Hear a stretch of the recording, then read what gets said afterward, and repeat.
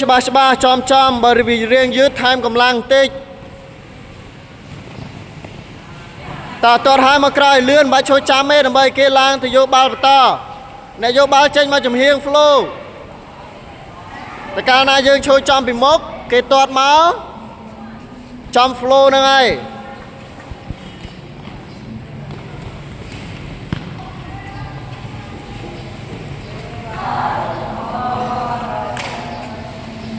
តើយើងចិត្តទឹកដើរ5នាទី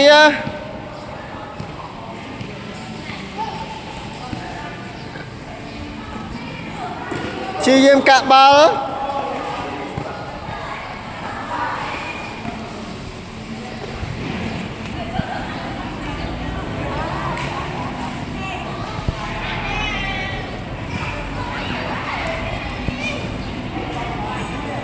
តើព្យាយាមចលនាចំហចេញឲ្យផុតមកតោះ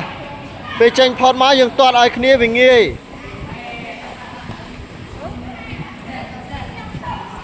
បែរមកឲ្យចំពេលទាត់មើលទៅមនុស្សហើយចាំមើលបាល់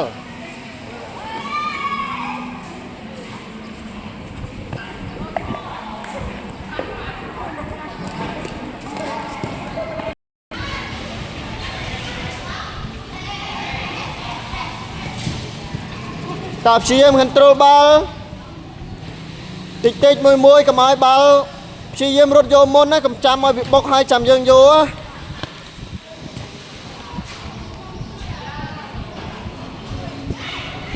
ឃើញកន្លងហ៎កន្លងគេបាទអាហ្នឹងកន្លងមនុស្សហ៎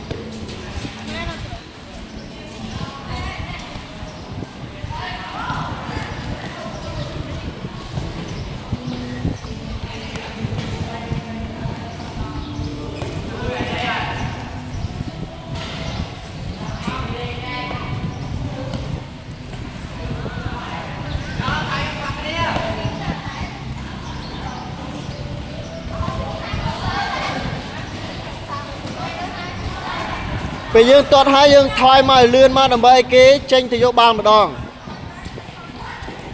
ព្រោះតំបន់ដូចជាអត់ដូចគ្នាខុសគ្នា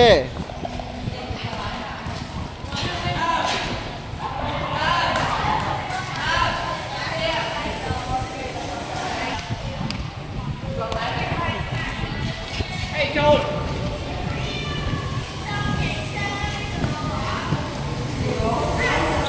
ខេអាចយកបានខ្លះហើយអ្នកព្យាយាមទាត់ឲ្យត្រង់តាមប្រឡោះរបស់យើង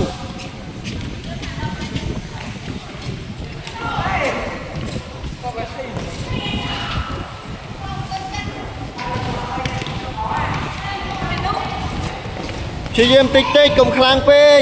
កន្លែងយើងប៉ុណ្ណា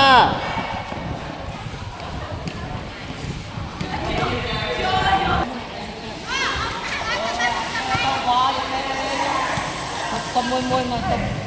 អត់ទៅចឹង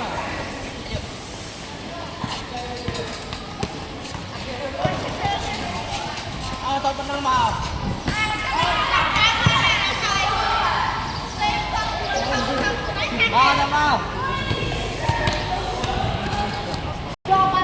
តើលឿនបន្ត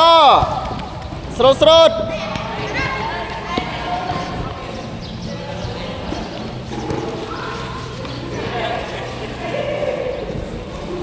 ទាញធ្វើម៉េចឆ្វែលអូខេ